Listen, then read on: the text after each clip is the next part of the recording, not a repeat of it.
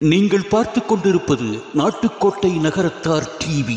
ஜோதிட சிம்மம் G TV புகழ் திரு சுவாமி கண்ணன் பட்டாச்சாரியா தலைமையில் ஆன்மீக சுற்றுலா சிவம் யாத்ரா சர்வீஸ் வழங்கும் திருக்கயிலாயம், முக்திநாத் மற்றும் சார்தாம் யாத்ரா. மாதம் ஒரு குழு. தொடர்பு கொள்ள சிவம் செந்தில் வேலவன். வைர நகைகளின் வியாபார சாம்ராஜ்யம் KNC diamonds, carat and carat. Arimalam Muthu Kannan, Ranganayaki Kannan. ஆன்மீக ஆனந்தம் தரும் சிவம் திருநீர் அணிந்து சிந்தை குளிர்வீர். உங்கள் வாழ்வு சிறக்க சிவம் திருநீர் அணிவீர். இன்னொன்று, அந்த காலத்தில் இந்த உறவு முறைகள்லாம் இன்னைக்கு எங்கேயாச்சும் இருக்கா? நம்ம கூப்பிடுறோம் எல்லாரும் அங்கிள் அங்கிள், ஹலோ அங்கிள். பெரிய பஸ்தப்பா வந்தாலும் அங்கிள் தான், மாமா எந்த முறையாக இருந்தாலுமே அங்கிள் அப்படிங்கிற ஒரு பக்குவ நிலைக்கு நம்மளாம் மாறிட்டு வந்துட்டு இருக்கோம். அது சரியான முறையா? முன்னாடியெல்லாம் அம்மா அம்மா மிண்டி அப்படின்னு எத்தனை விதமான உறவு முறைகள் நமக்கு நம்ம சொல்லி கூப்பிட்டுக்கிட்டு இருந்தோம். இப்போயும் அவங்க உறவுகள் தான், இல்லைன்னு சொல்லலை. ஆனால் அது நம்ம அந்த வார்த்தைகளை சொல்லி கூப்பிடும் போது அதில் ஒரு உணர்ச்சி இருக்கு. எது உண்மையான பரிணாம வளர்ச்சி தெரியுமா? ஆதாம் ஏவாள் கடித்த ஆப்பிள், ஐசக் நியூட்டன் பிடித்த ஆப்பிள், ஸ்டீவ் ஜாப் கொடுத்த ஆப்பிள். இதுதான் பரிணாம வளர்ச்சி. ஆப்பிள் நிறுவனம், ஸ்டீவ் ஜாப், கிராவிடேஷனல் ஃபோர்ஸ் ஈர்ப்பு விசை நியூட்டன். ஒரு ஆப்பிள் மனிதனை தோற்றுவித்தது, ஈர்ப்பு விசையை கண்டுபிடித்தது. இன்றைக்கு உலகமே ஆப்பிள் என்ற ஆண்ட்ராய்டுக்குள் தான் கிடக்கிறது. வாழ்க்கையும் சரி, நீங்கள் சோஷியல் மீடியாலையும் சரி, நீங்கள் என்ன தேடுறீங்களோ அதுதான் உங்களுக்கு திரும்பி வரும். எப்படி செட்டி மகன் கப்பலுக்கு செந்தூரான் துணை அப்படின்னு சொல்கிறோமோ, அது மாதிரி இந்த காலத்தில் இனிமேல் எல்லாமே ChatGPT துணை தான். அகர முதல எழுத்தெல்லாம் ஆதி பகவன் முதற்றே உலகு.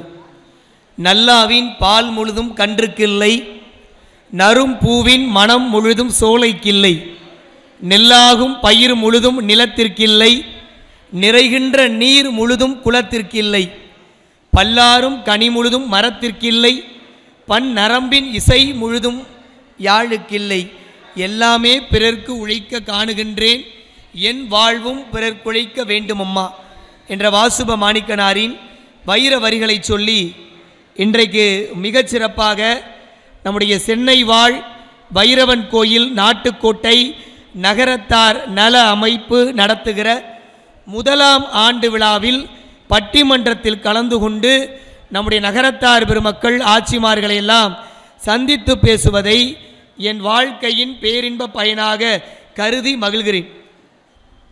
செட்டிநாடு என்றாலே சிக்கனம் என்பார்கள். தயவு செய்து கை தட்டலிலே உங்கள் சிக்கனத்தை காட்டிவிடாதீர்கள். தாராளமாக கைத்தட்டுங்க. நம்ம வீட்டு பிள்ளைங்க 4 பேர் மிகச்சிறப்பாக நம்முடைய சென்னை வாழ் வைரவன் கோயில் நாட்டுக்கோட்டை நகரத்தார் நல அமைப்பு நடத்துகிற முதலாம் ஆண்டு விழாவில் நம்ம வீட்டு பிள்ளைகள் 4 பேரோட இணைந்து பட்டிமன்றத்தில் பேசுவதை நான் மிகுந்த மகிழ்ச்சியாக கருதி இந்த வாய்ப்பை தந்த நம்முடைய நகரத்தார் பெருமக்கள் அத்தனை பேருக்கும் என்னுடைய பணிவு கலந்த வணக்கத்தை முதற்கண் தெரிவித்துக் கொள்கிறேன். மகிழ்ச்சியாக நம்ம எல்லாரும் ஒன்று கூடி, பல ஊரை சார்ந்தவராக இருந்தாலும் அந்த 9 கோவிலில் வைரவன் கோவிலை சேர்ந்திருக்கிற மக்கள்லாம் சென்னையில் ஆயிரக்கணக்கான புள்ளிகள் இருப்பதாக அருமை அண்ணன் புதுவையில் சரவணன் அவர்கள் சொன்னார்கள். எல்லாரும் ஒன்றா இணைஞ்சு சந்தோஷமாக கூடி கொண்டாடுகிற விழாவை பார்க்கிற பொழுது நான் சென்னைக்கு வந்ததாக உணரவில்லை, செட்டிநாட்டில் இருப்பதாகவே உணர்கிறேன். அதிலையும் ஆயிரக்கணக்கான பேரை கூப்பிட்டு குளிரூட்டப்பட்ட ஏசி அறையில் நீங்கள் எவ்வளோ பிரம்மாண்டமாக நிகழ்ச்சி பண்ணாலும் நான் மகிழ்ச்சியோடு சொல்லுகிறேன், தெண்டாயுதபாணியினுடைய முழு திருவருளும் நிரம்ப பெற்றிருக்கிற இந்த அரங்கில் நடைபெறுவதைப் போல அது இருக்க வாய்ப்பில்லை என்று கருதுகிறேன். அவ்வளோ அழகான மேடை. நான் கல்லூரி படிக்கும்போது இந்த மேடையில் பேசியிருக்கேன். தொடர்ந்து ஒரு 10 மேடைகளாவது இங்கே நான் பேசியிருக்கிறேன். இன்றைக்கி இந்த 4 பேரையும் வந்தோன்னு ஒரு கேள்வி கேட்டேன். நீங்கள் இந்த மேடையில் ஏற்கனவே பேசியவர்களான்? இல்லை, திருவொற்றியூர் நகரத்தார் இந்த தண்டாயுதபாணி மகாலில் நாங்கள் முதல் முறையாக பேசுகிறோம் என்றார்கள். அப்பொழுதே புரிந்தது, இந்த மகாலில் பேசுகிறீங்க, வைரவர் வளரொளி நாதர் திருவருளும் உங்களுக்கு இருக்குது. எனவே இனிமேல் நீங்கள் அடைய போகிற உயரத்திற்கு அளவே இல்லை என்று மகிழ்ச்சியோடு சொன்னேன். அவ்வளவு அழகா பேசக்கூடிய 4 நம்ம வீட்டு பிள்ளைகள் வந்திருக்கிறார்கள்.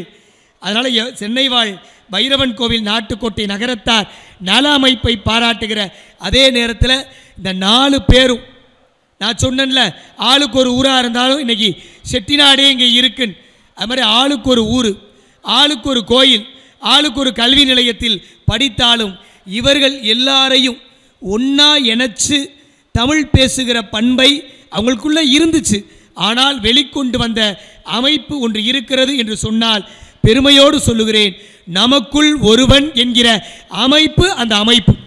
அதனால தான் 4 பேருக்கும் இருக்கிற ஒற்றுமையால் இன்னைக்கு அவங்க நமக்குள் ஒருவராக இந்த தலைப்பை பேச வந்திருக்காங்க. இங்கே பார்த்தா அந்த காலத்து ஆட்கள் அதிகமாகவும் ஆண்ட்ராய்டு ஆட்கள் கம்மியாகவும் இருப்பது போல தோன்றுகிறது. முதல்ல இந்த அணிக்கு நம்ம ஒரு பாராட்டு சொல்லணும், தீர்ப்பு சொல்லலை, பாராட்டு சொல்கிறோம்.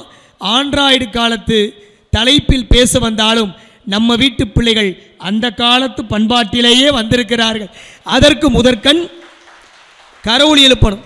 செந்தமிழ்நாட்டு தமிழச்சியே சேல உடுத்த தயங்கிரியே நெசவு செய்யும் திருநாட்டில் நீச்சல் உடையில் அலையிறியே. நான் ஒரு கவிஞன்.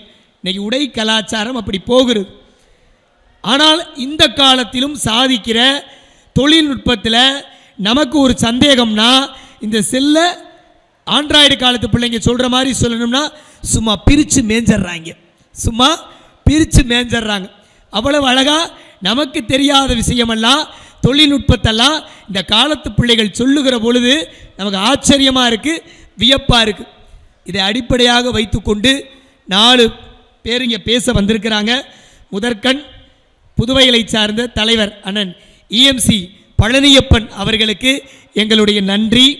துணைத் தலைவர் பிள்ளையார் சுழி போட்டு இந்த அமைப்பை தொடங்கிய பெருமைக்குரியவர் பாகனேரி காளிதாசன் ஐயா அவர்கள் திருவடிக்கு வணக்கம்.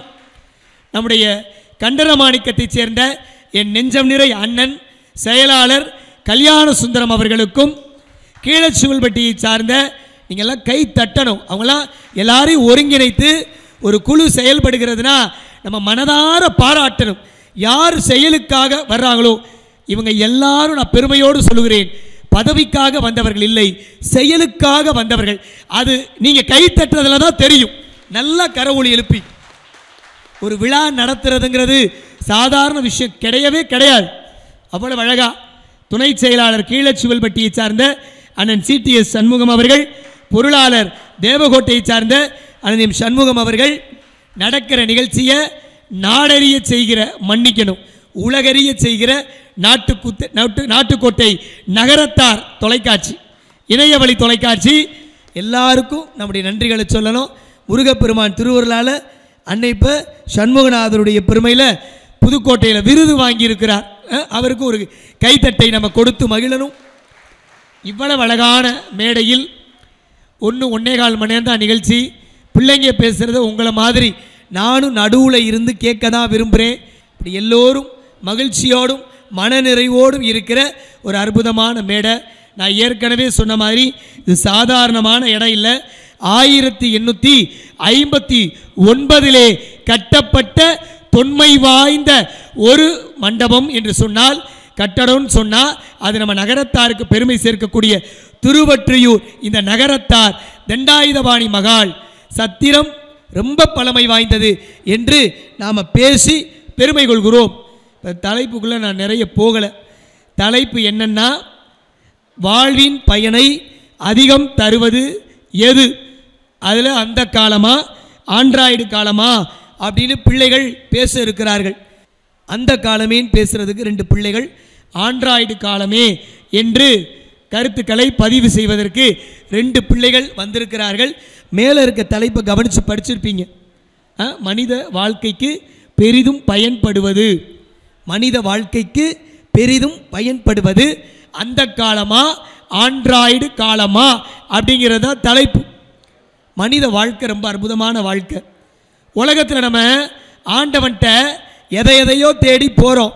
ஆனால் மனித வாழ்க்கையே மிக உயர்ந்த வரம் என்பதை உணர்ந்தால் அதை போல சுகம் வேற இல்லை. அரிதரிது மானிடராய் பிறத்தல் அரிது அப்படின்னா தமிழ் பாட்டி அவ்வை. நாம் எதையோ தேடி போயிட்டு இருக்கோம். ஆனால் கூணு குருடு இல்லாமல் உடலை உள்ளத்தை ஆரோக்கியமாக மனிதனாக கடவுள் பிறக்க வைத்ததற்காகவே கடவுளுக்கு நாம் நன்றி சொல்லணும், நாள்தோறும் சொல்லணும். நன்றி சொல்ல பழகுன்னா அப்படி அருமையாக வாழை மரமும் சந்தன மரமும் பேசிட்டு இருந்துச்சு. வாழை மரத்தை பார்த்து சந்தன மரம் ஏளனமாக சிரிச்சுக்கிட்டே கேட்டுச்சா, இங்கே பாரு, நான் மலை உயரத்தில் வளருகிறேன், சந்தன மரம் நீ சாதாரணமாக மண்ணில் கீழே வளர்றேன்ச்சா. வாழை மரம் வருத்தத்தோடு இருந்துச்சான். ரெண்டாவது சொன்னுச்சா சந்தன மரம், நான் பார்த்தியா தூய்மையான நீர், மழை நீர், அந்த மழை நீரில் வளர்றேன், நீ அப்படி இல்லை, வீட்டில் பாத்திரத்தை கழுவி ஊற்றுவாங்கல்ல அந்த கழிவு நீரில் கூட வளருவேன்ச்சான். வாழை மரம் அப்பையும் வருத்தமாகவே பார்த்துச்சான். மூணாவதாக சொன்னிச்சா, என் மனம் பார்த்தியா சந்தனம் மனம், மனம் வீசுவேன், ஆனால் நீ வாழை மரம் கச்சல், உன்னுடைய வாசனை அவ்வளவா நீ வாசனையாக இருக்க மாட்டேன்ச்சான். அப்பையும் வாழை மரம் அமைதியாக இருந்துச்சா.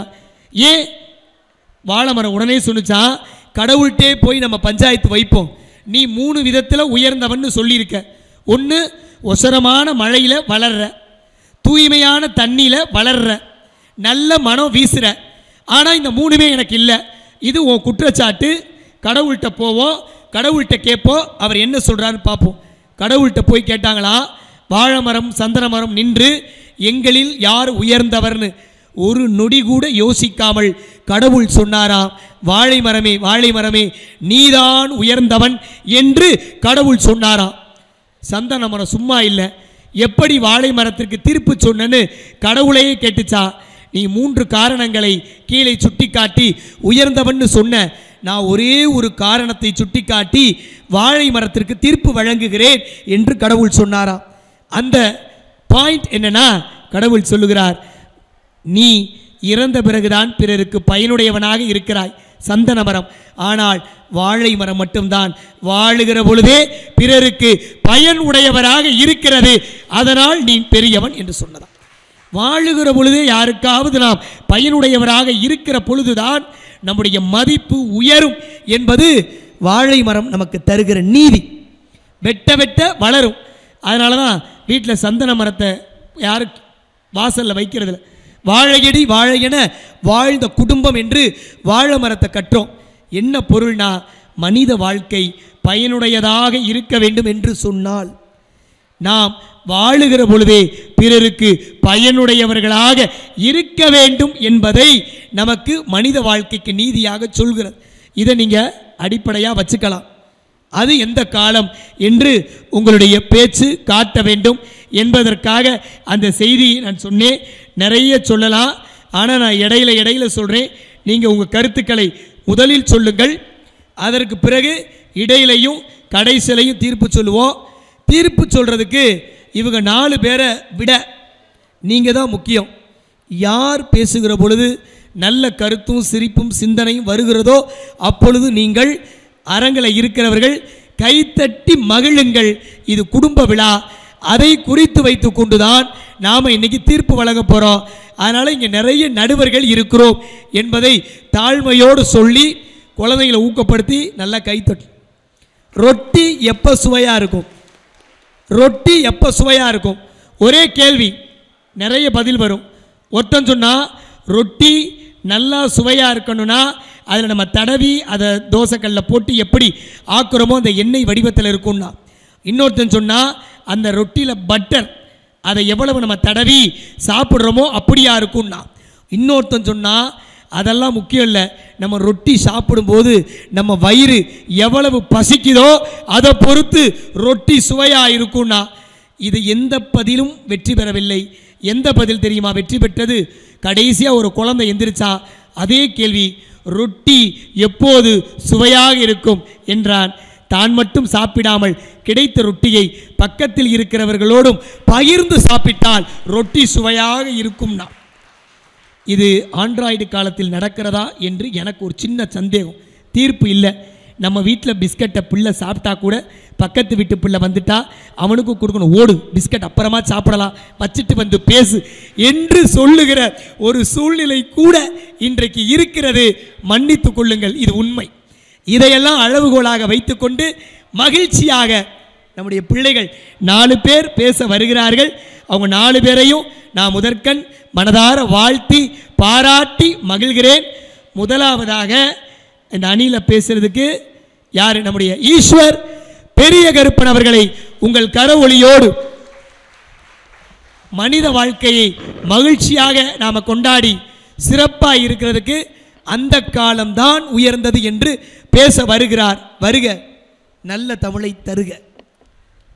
தாயே தமிழே, என்னை வளர்த்து வரும் மண்ணையே, உன்னை நம்பியே இந்த மண்ணிலிருந்து தொடங்குகிறேன். அந்த காலத்தினுடைய அருமை தெரிஞ்ச என் நண்பனுக்கும் இந்த காலத்தில் இருக்கக்கூடிய விஷயத்தை தெரிஞ்சும் பேச எதிரில் வந்திருக்கக்கூடிய என்னுடைய எதிரணிகிற சகோதரியர்களுக்கும் இந்த அவையோருக்கும் திருக்குறள் தேனி நம்ம ஜெயங்கொண்டான் ஐயா அவர்களுக்கும் என்னுடைய முதற்கண் வணக்கங்கள். ஆண்ட்ராய்டு காலத்தை சேர்ந்த ஒரு பையன் அந்த காலம்னு பேச வந்திருக்கேன்னா நான் எவ்வளோ உணர்ந்திருப்பேன் நீங்களே யோசிச்சு பார்த்துக்கோங்க. அவ்வளவு ஏக்கங்க, ஏக்கம் தான், வேற என்ன. எங்க ஐயா எனக்கு சில விஷயங்களை கொடுத்தாங்க. ஆனால் அது நாளடைவில் பின்னாடி நானும் பிஸி ஆகிட்டேன், அவங்களும் பிஸி ஆகிட்டாங்க. அதனால் அதெல்லாம் மொத்தமாக குறைஞ்சே போச்சு. இது அந்த காலத்தில் இதே நான் இருந்திருந்தேன்னா அந்த காலத்தில் இருக்கக்கூடிய அத்தனை விஷயங்களையும் என்னால் அனுபவிச்சிருக்க முடியும் அப்படிங்கிற ஒரு ஏக்கம் தான். நான் சொல்கிறேன், அந்த காலம் அப்படிங்கிறது நீங்கள் வந்து ரொம்ப 17th செஞ்சுரியோ 18th செஞ்சுரிக்கெல்லாம் போக தேவையில்லை. லேட்டர் 19th செஞ்சுரிஸில் 1980s 70s எங்கள் அம்மா அப்பா பிறந்த காலத்தில் இருந்தது தான் நான் அந்த காலம்னு நான் பார்க்குறேன்.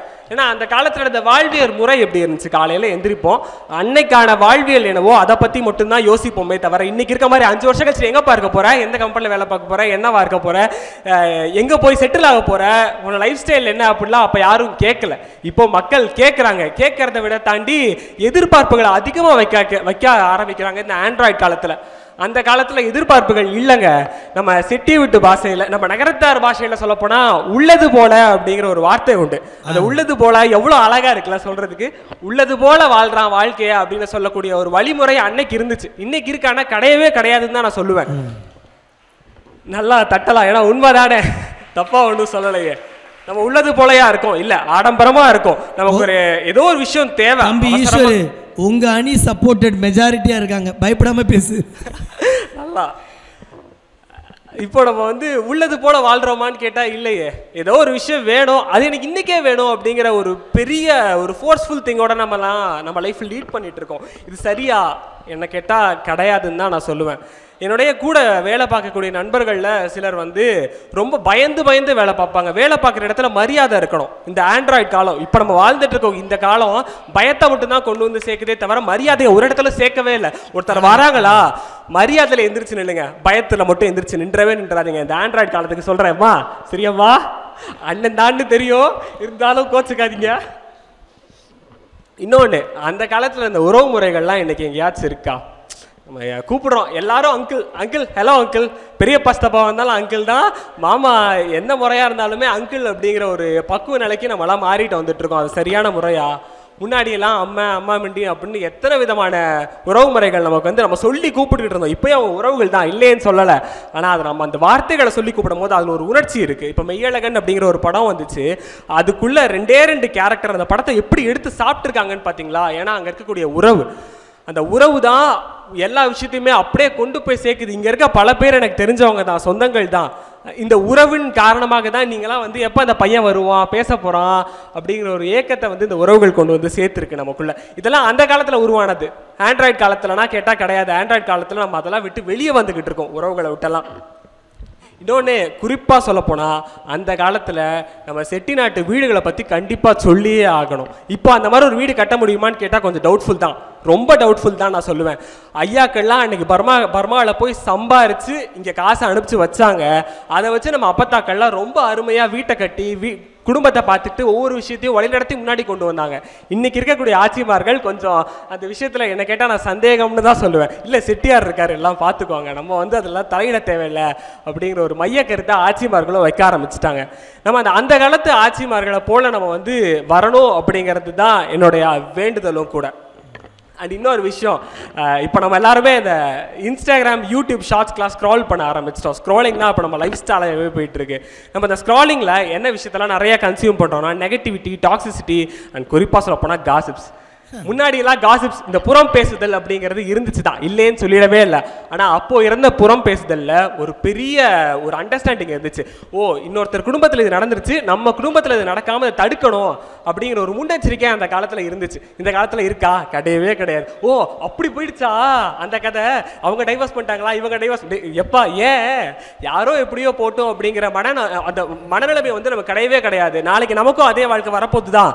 நம்ம முன்னெச்சரிக்கையா இருக்கணும். நம்ம இன்னொருத்தரை பார்த்து சந்தோஷப்பட்டுட்டு தான் இருக்கோம். அந்த ஆண்ட்ராய்டு காலம் இதெல்லாம் இல்லைன்னு சொல்லவே முடியாது எதிரணினால. இப்போ இருக்க அப்பா அம்மா எல்லாம் ஒரு குழந்தை அழுகுதுன்னா தூக்கி கையில போனை கொடுத்துட்டு போயிட்டே இருக்காங்க. ஏன்? உங்களால சமாளிக்க முடியல அப்படிங்கிறதுனால தானே போனை கொடுத்துட்டு போறீங்க. அன்னைக்கெல்லாம் எங்க அப்பா அம்மா என்னை சமாளிச்சாங்க.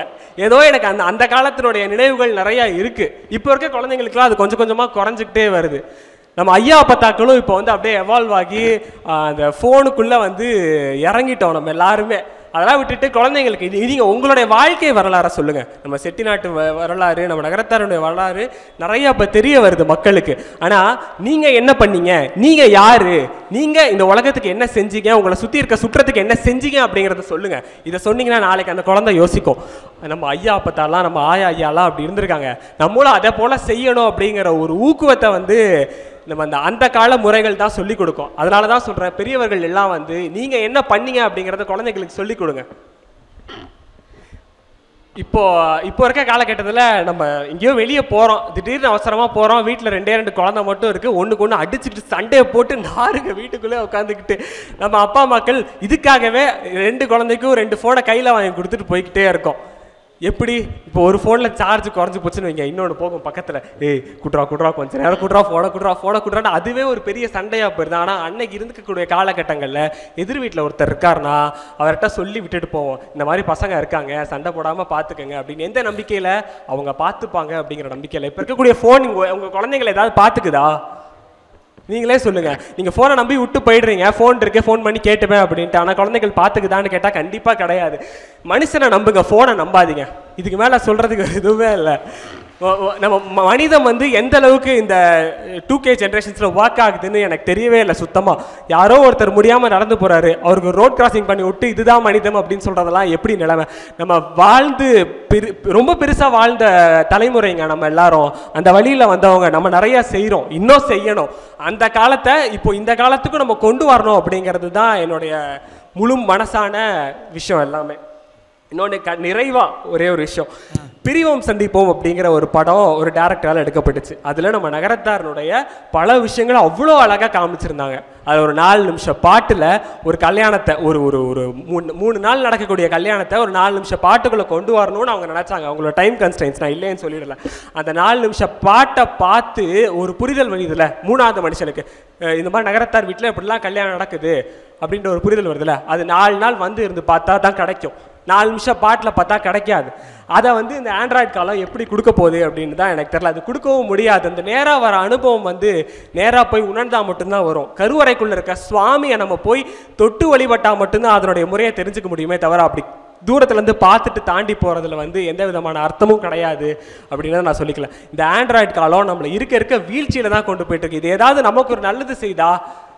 இல்லை. சில விஷயங்கள் நமக்கு நல்லதையும் கொடுத்து கெட்டதையும் கொடுத்து நம்மளை வந்து பழி வாங்குதுன்னு தான் நான் இந்த ஆண்ட்ராய்டு காலத்தை பற்றி சொல்லணும்னு நினைக்கிறேன். நம்ம அந்த காலத்தில் கட்டின விடுதிகள் தான் இன்னைக்கு நம்ம பேரை சொல்லிட்டு இருக்கு. அந்த காலத்தில் கட்டின வீடுகள் தான் இன்னைக்கு நம்ம பேரை சொல்லிட்டு இருக்கு. நம்ம இன்னைக்கு கட்ட போகிறதெல்லாம் என்னன்னு நீங்களே முடிவு பண்ணிக்கோங்க. அந்த காலத்தை தான் கட்டணும் அப்படிங்கிறது என்னுடைய வேண்டுகோள். இந்த வாய்ப்புக்கு நன்றி கூறி விடைபெறுகிறேன். நன்றி, வணக்கம். மிகச்சிறப்பாக ஈஸ்வர் பெரிய கருப்பன் அந்த காலம்தான் ரொம்ப சிறப்பு. குறிப்பாக அவர் சொல்லியிருக்க சில செய்திகள் எங்களுக்கு மரியாதையை கற்றுத்தருவது அந்த காலம், பயத்தை கற்றுத்தருவது ஆண்ட்ராய்டு காலம் என்று ஒரு குற்றச்சாட்டு வைத்திருக்கிறார். உறவுகள் பேணுவதில் சரிவர இந்த காலத்து பிள்ளைகளுக்கு தெரிவதில்லை என்று சொல்லியிருக்கிறார். நிலாவை காட்டி சோறூட்டினால் அந்த காலம், செல்போனுக்குள்ளேயே போய் சோறூட்டினால் இந்த காலம் என்று ஒரு மிகப்பெரிய குற்றச்சாட்டை வைத்திருக்கிறார். நிஜம் அப்படின்னு தெரிஞ்சும் கைத்தட்டாமல் நீங்கள் உட்காந்துருக்கூடாது.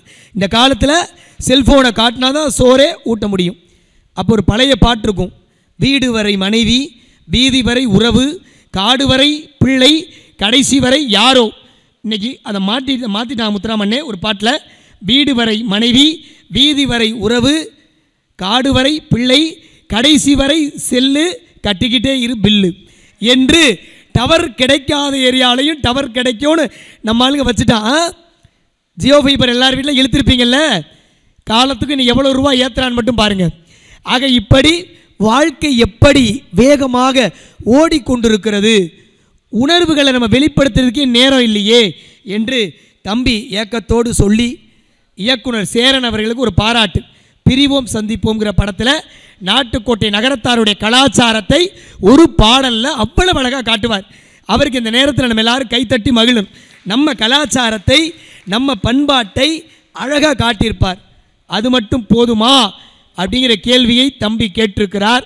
நியாயமாக தான் இருக்குது. பொதுவாக ஏதாவது வீட்டில் பிள்ளைங்களுக்கு பிரச்சனைனா என்ன பண்ணுங்க, ஒன்று அப்பாவை கேட்கும் இல்லை அம்மாவை கேட்கும். என்ன நாராயண கோவிந்தா, ஆண்ட்ராய்டு காலத்தில் அப்படி இல்லையா, அவங்க பேசணும். அந்த காலத்து பிள்ளைகளாக இருந்தால் யாரை கேட்போம், வீட்டில் சந்தேகம்னா ஒன்று ஆத்தாவை கேட்போம் இல்லை அப்பச்சியை கேட்போம். ஒரு பயலுக்கு சந்தேகம், ஓடி வந்து ஆத்தாவை கேட்டான். ஆத்தா அந்த காலம் மாதிரி பேசிக்குவோம். அப்புறம் அம்மா அப்பா மம்மி டேடி ஆண்ட்ராய்டு காலத்துக்குள்ள வருவோம். அப்போ என்ன கேட்போம், உள்ளே போய் அந்த பையன் சந்தேகம் கேட்டான், மனிதர்களெல்லாம் எப்படி தோன்றினார்கள். உடனே அம்மா சொன்னால், டார்வின்னு ஒருத்தர் இருந்தார், பரிணாம கொள்கை பயாலஜியில் வரும், குரங்கு தான் அப்படியே கொஞ்சம் கொஞ்சமாக வந்து மனுஷனாக மாறிச்சு, குரங்கிலிருந்து மனிதன் தோன்றினான் அப்படின்னு அப்பா சொன்னார். அம்மாட்ட அதே கேள்வியை போய் கேட்டான். உடனே அம்மா சொன்னால், ஆதாம் ஏவாள்னு முதல்ல மனுஷங்க வந்தாங்க, ஒரு ஆப்பிள் பழம் கிடச்சிச்சு, அதை கடித்தாங்க தின்னாங்க, அப்புறம் குழந்தைகள் ஆதாம் ஏவாள் மூலமாக பிறந்து மனித சமுதாயம் வளர்ச்சி பெற்றதுன்னு அம்மா சொன்னா. இப்போ பையன் அப்பாவையும் அம்மாவையும் உட்கார வச்சுட்டு கேட்பான். எப்போ அப்பாவையும் அம்மாவையும் சரிசமமாக உட்கார வச்சு பையன் ஒரு கேள்வி கேட்டானோ அப்போ ஜாக்கிரதையாக இருக்க வேண்டியது அப்பாவும் அம்மாவும். நம்ம பையன் அவள் கேட்டான், தனித்தனியாக கேள்வி கேட்டேன். அம்மா சொல்கிறாங்க ஆதாம் ஏவாள்னு யாரோ மனுஷன்லேருந்து மனுஷன் வந்தான்னு, அப்பா சொல்கிறாரு குரங்குலேருந்து தான் மனுஷன் வந்தான்னு. இல்லை எது உண்மை, ரெண்டு பேரும் உட்காந்துருக்கிய சொல்லுங்கன்னாங்க. அப்பா அம்மா இருக்கையில் கொஞ்சம் பயந்து தான் பேசுவார். உடனே அம்மா வேகமாக பதில் சொன்னால், நான் எங்கள் பரம்பரையை சொன்னேன் ஆதாம் ஏவாள்னு, உங்கள் அப்பச்சி அவர் பரம்பரையை சொன்னார் குரங்குலேருந்து வந்தாக போல. முடிஞ்சு போச்சு. காலம் எப்படி உருண்டோடு, ரெண்டு உண்மை. இது பரிணாம வளர்ச்சி. ஆனால் ஒரு அழகான கவிஞன் எழுதினான், எது உண்மையான பரிணாம வளர்ச்சி தெரியுமா, ஆதாம் ஏவாள் கடித்த ஆப்பிள், ஐசக் நியூட்டன் பிடித்த ஆப்பிள், ஸ்டீவ் ஜாப் கொடுத்த ஆப்பிள், இதுதான் பரிணாம வளர்ச்சி. ஆப்பிள் நிறுவனம் ஸ்டீவ் ஜாப், கிராவிடேஷனல் ஃபோர்ஸ் ஈர்ப்பு விசை நியூட்டன், ஒரு ஆப்பிள் மனிதனை தோற்றுவித்தது, ஈர்ப்பு விசையை கண்டுபிடித்தது. இன்றைக்கு உலகமே ஆப்பிள் என்ற ஆண்ட்ராய்டுக்குள் தான் கிடக்கிறது என்று பேச வருகிறார் அன்பு பிள்ளை வள்ளியம்மை. கோணாபட்டு வள்ளியம்மையை உங்களிடத்து பேச அன்போடு அழைக்கிறேன். ஒவ்வை மொழிகளாய் வள்ளுவன் நெறிகளாய் கம்பன் காவியமாய் கண்ணதாசன் வரிகளாய் வளர்ந்த தமிழுக்கும், இங்கு வந்திருக்கும் அனைவருக்கும், திருக்குறள் தேனி நல்லாசிரியர் நடுவர் அவர்களுக்கும், எண்ணணி எதிரணி பேச்சாளர்களுக்கும், இந்த ஆண்ட்ராய்டு காலத்தில் நேரலை மூலம் பார்த்து கொண்டிருக்கும் அனைவருக்கும் வள்ளியம்மையின் அன்பான வணக்கங்கள். நேரலையே இல்லாமல் அந்த காலத்தில் நேரையே பார்த்து கொண்டிருக்கிற உங்களுக்கும் என் வணக்கம். நம்ம வைரவன் கோயில் தலவிருட்சத்தில் எப்படி அதிலிருந்து விழுந்த விதை மறுபடியும் அதிலே போய் ஒட்டிக்குமோ, அதே போல் எங்கள் அம்மா பிறந்தது வைரவன் கோயில், இன்றைக்கி அங்கேருந்து பிறந்து மறுபடியும் பேசுகிறதுக்கு நான் வைரவன் கோயிலுக்கே வந்திருக்கேன் அப்படின்னு நினைக்கும் போது ரொம்ப மகிழ்ச்சியாக இருக்குது. அழகு அழகு. நல்ல தலைப்பு, வாழ்வின் பயனை அதிகம் தருவது அன்றைய காலமா ஆண்ட்ராய்டு காலமா அப்படின்னு. நடுவில் எய்த்தாப்பில் ஒரு 2 பேர் வந்திருக்காங்கல்ல, இந்த காலத்திலே பிறந்து இந்த காலத்திலே வளர்ந்து எங்கள் காலத்தில் இருக்கிற சாட் ஜிபிடி கூகுள் ஏஐடியே இந்த தலைப்பை போட்டு என்னென்ன பேசலாம் அப்படின்னு கேட்டுட்டு வந்து எங்களுக்கு எதிராகவே பேசிக்கிட்டு இருக்காங்க. இப்போது அண்ணன் சொல்லிட்டு போனாங்கல்ல, பிரிவோம் சந்திப்போம்ல, சேரன் அவர்கள் வந்து செட்டிநாட்டு வழக்கங்களையும் செட்டிநாட்டு குடும்பத்தையும் ரொம்ப அழகாக காமிச்சிருந்தாரு அப்படின்னு. அது எப்படி காமிச்சிருந்தாரு, ஒரு திரைப்படம் மூலயமா டெக்னாலஜி யூஸ் பண்ணி தான் காமிச்சிருக்காங்க. அது மொதல் விஷயம். உங்கள் பண்பாட்டை காட்டுறதுக்கே ஒரு ட்ரெண்டிங் தேவைப்படுதுப்பா. அதே போல் மெய்யழகன் படத்தை சொல்லிட்டு போனாங்க இல்லையா, அதில் வந்து அரவிந்த் சாமி ஒரு இடத்துல நீங்கள் பார்த்தீங்கன்னா அரவிந்த் சாமிக்கு கார்த்தி யாருன்னே தெரியாது, அவரால் யார்கிட்டையும் கேட்கவும் முடியாது. இது ஏன் அப்படின்னா அவர் வந்து அந்த ஊரோட கான்டாக்ட்லேயே இருந்திருக்க மாட்டார். இதுவே அவர் வந்து இப்போ இருக்கிற ஆண்ட்ராய்டோட யூஸ் எல்லாம் தெரிஞ்சிருந்து ரெகுலராக அவங்க வீட்டோட கான்ட்ராக்டில் இருந்திருந்தாரு அப்படின்னா கண்டிப்பாக கார்த்தி யாருன்னு தெரிஞ்சிருக்கும். உங்களுக்கு இப்போ இருக்க இந்த ஏக்கமெல்லாம் இல்லாமல் அது இன்னும் அதீத அன்பாக தான் இருந்திருக்கும். அதே மாதிரி நாங்கள் ஸ்க்ரோலிங் பண்ணுறோம், எங்களுக்கு நெகட்டிவிட்டி வருது, ஒரே கெட்ட இதுவாகவே வருதுங்கிறீங்களே. வாழ்க்கையும் சரி, நீங்கள் சோஷியல் மீடியாலேயும் சரி, நீங்கள் என்ன தேடுறீங்களோ அதுதான் உங்களுக்கு திரும்பி வரும். நீங்கள் நல்ல விஷயங்களை தேடி போகிறீங்களா, நீங்கள் ஜிபி முத்துவை பார்க்குறீங்களா, கெட்ட விஷயங்களை தெரிஞ்சுக்கிறீங்களான்றது ஒரு விஷயம். அதுவே இதே சோஷியல் மீடியா யூஸ் பண்ணி வெளிநாட்டு பல்கலைக்கழகத்தில் தமிழ் இருக்கை வேணும் அப்படின்னு போராடினா முத்துலிங்கத்தை நம்மள எத்தனை பேருக்கு தெரியும்? அழகு. நம்ம எதை தேடுறோமோ அதுதான் நம்மளையும் தேடி வரும். அதே மாதிரி இப்போது கூகுளில் பிள்ளைங்க கொஸ்டின் கேட்குறாங்க, நடுவர்களே நாங்கள் இப்போல்லாம் எங்கள் பெற்றோர்களோட அட்வான்ஸாக படிச்சுட்டு இருக்கோம், அவங்கள விட நாங்கள் கூகுளில் சர்ச் பண்ணி நாங்கள் எங்கள் டீச்சர்கிட்ட போய் நாளைக்கு நாங்கள் 2 கேள்வி கேட்போம் புதுசாக.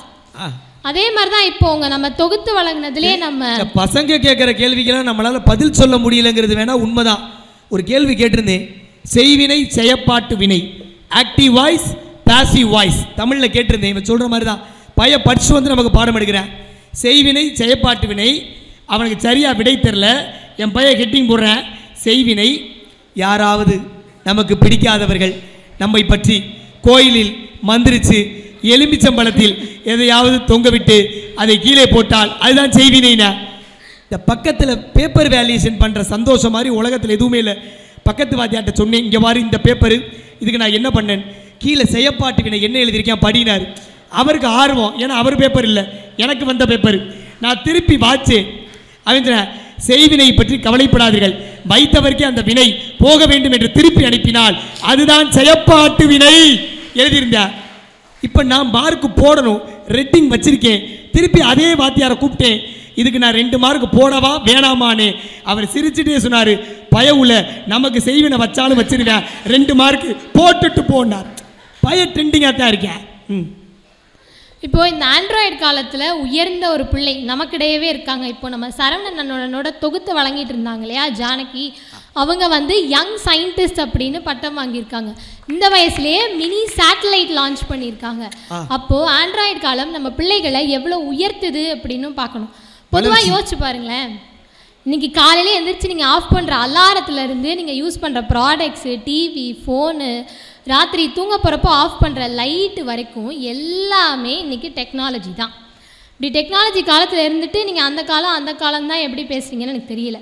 சரி, இப்போ நம்ம வந்திருக்க மக்களே எடுத்துக்குவோமே, ஆட்சிமாரெலாம் இன்றைக்கி ஆண்டு விழா அப்படின்னு காலைல வெள்ளனை எழுந்திரிச்சு எல்லாரையும் கிளப்பி கஷ்டப்பட்டு எப்படி மாட்டு வண்டியிலையா வர முடியும்? அதுவும் திருவெற்றியூர் எவ்வளோ டிராஃபிக்காக இருக்குது. எல்லோரும் எப்படி வந்தாங்க? அழகாக 20 நிமிஷத்தில் ஏசி போட்டு மெட்ரோ ட்ரெயினில் வந்து ஜம்முன்னு தேரடி மெட்ரோவில் இறங்கி அழகாக வந்து உட்காந்துருக்காங்க. பாருங்கள், எங்களுக்கு எவ்வளோ பேர் கை தட்டுறாங்க. அதுவும் அந்த காலத்து ஆளுகளே ஆண்ட்ராய்டுக்கு தட்டுறாங்கிறது எனக்கு ரொம்ப பெருமையாக இருக்குது.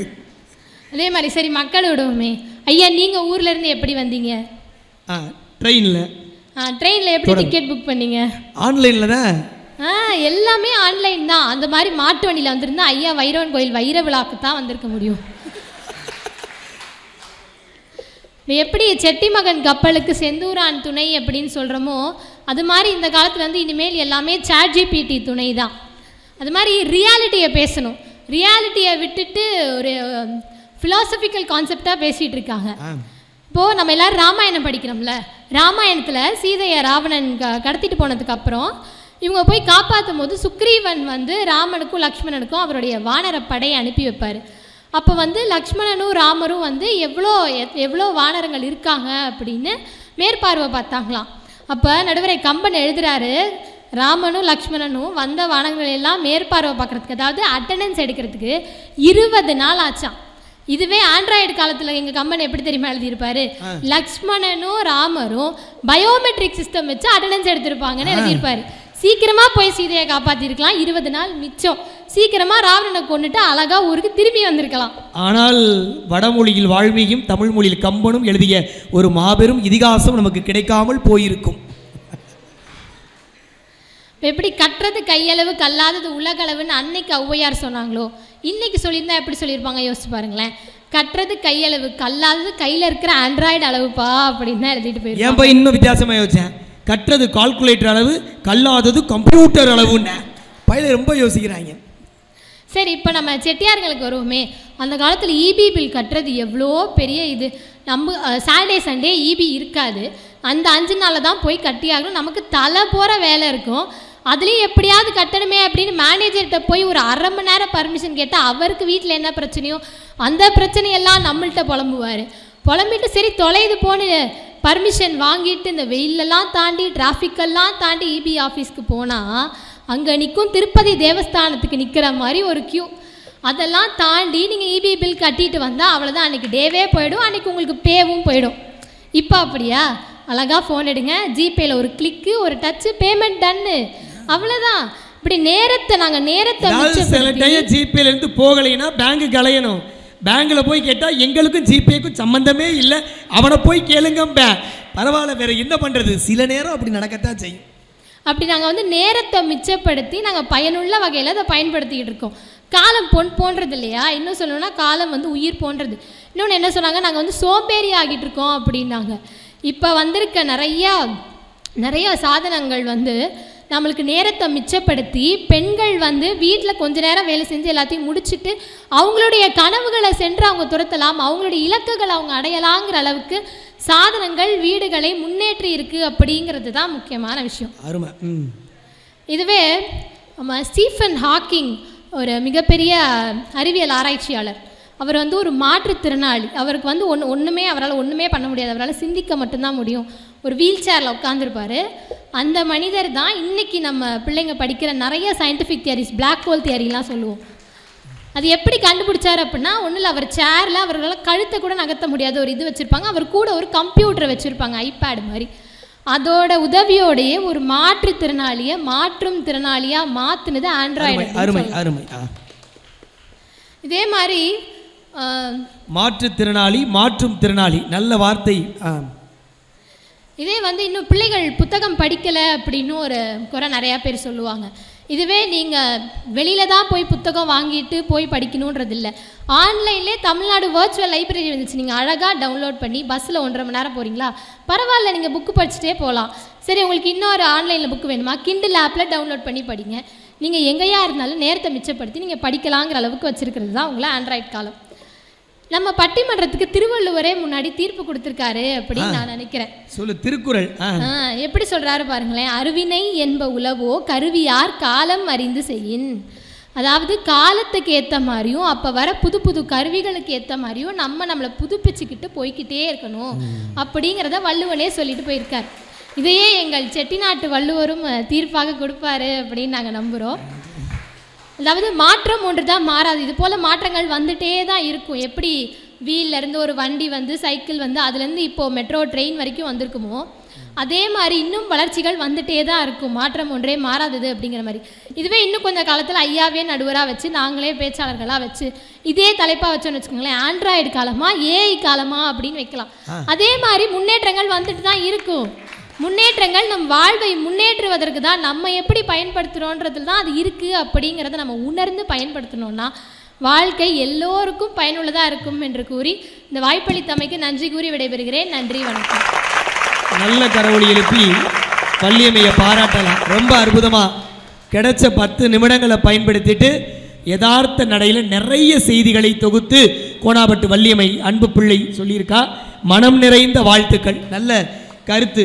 ஸ்டீஃபன் ஹாக்கிங் ஒரு மாற்றுத்திறனாளியை மாற்றும் திறனாளியாக அறிவியல் கண்டுபிடிப்புகளில் இந்த உலகம் கொண்டு வந்தது. அந்த செய்தி பாராட்டுக்குரியது. எங்களுக்கு வேலைகளை எல்லாம் எளிமையாக்கியிருக்கு, காலத்தை எல்லாம் மிச்சமாக்கியிருக்கு. அறிவினை என்ப உளவோ கருவியான் காலம் அறிந்து செய்யின் அப்படின்னு ஒரு திருக்குறளையும் முத்தாய்ப்பாக சொல்லி ரொம்ப அட்வான்ஸாக போய் ஒரு செய்தி சொன்னேன்.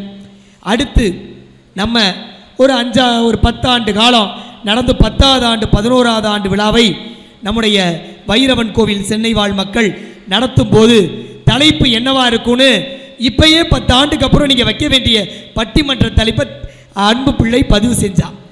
ஆண்ட்ராய்டு காலமா ஆர்டிஃபிஷியல் இன்டெலிஜென்ஸா ஏஐ காலமானா அதுக்கு மகிழ்ச்சி. ஆனால் இன்னும் கூடுதல் மகிழ்ச்சி என்னன்னா, அப்பையும் சென்னை வாழ் வைரவன் கோவில் மக்கள் இந்த தலைப்பில் நடத்துவார்கள். நடத்துகிற அமைப்பும் பேசுகிற பேச்சாளரும் மாறமாட்டோம் என்று நீ அடிப்படையில் பேசிய விஷயம் இன்னும் மகிழ்ச்சியாக இருக்கிறது. சரியா? இதெல்லாம் மகிழ்ச்சி தான். ஏன்னா என்னுடைய அன்பு பிள்ளை நாச்சால் விஜய் தொலைக்காட்சியில் பேசும்போது கபிலாங்கிற பொண்ணு பேசினா. இப்போ கபிலா பேச வந்தப்ப தம்பி நாராயண கோவிந்தன் செட்டில் அப்போ அழகாக நண்பர் பேசும்போது சொன்னார், அன்று குழந்தையாக பேச வந்தால் இன்றைக்கு குழந்தையை தூக்கி கொண்டு பேச வந்திருக்கிறார். அது கபிலாவை அறிமுகப்படுத்துகிற பொழுது சொன்ன வார்த்தை. அது போல நாம் இன்னும் 10 வருஷம் கழிச்சு அது இங்கெல்லாம் வந்து மாலை எடுத்து போட்டு தெண்டாயுதபாணியை வழிபட்டா திருவற்றியில் திருமணம்லாம் ஆகுமா? நாளைக்கு வள்ளியம்மைக்கும் 10 வருஷம் கழிச்சு கல்யாணம்லாம் ஆகி பிள்ளையை இடுக்கி கொண்டு வந்து ஆண்ட்ராய்டு காலமா ஏஐ காலமா என்று பேசுவார். அப்போ உனக்கு என்ன தலைப்பு தரணும்? ஏஐ காலம் தரணுமா என்று வாழ்த்தி, அடுத்ததாக நம்முடைய அன்பு பிள்ளை அதெல்லாம் கிடையாது, என்னைக்கு இருந்தாலும் பழமை பழமைதான், தொன்மைக்கும் அந்த காலத்துக்கும் மதிப்பு இருக்கிறது, அது இல்லாமல் எதுவும் இல்லை என்று பேசுவதற்கு வருகிறார் ஹரிஷ் முத்துக்கருப்பன். விராச்சலையாப்பா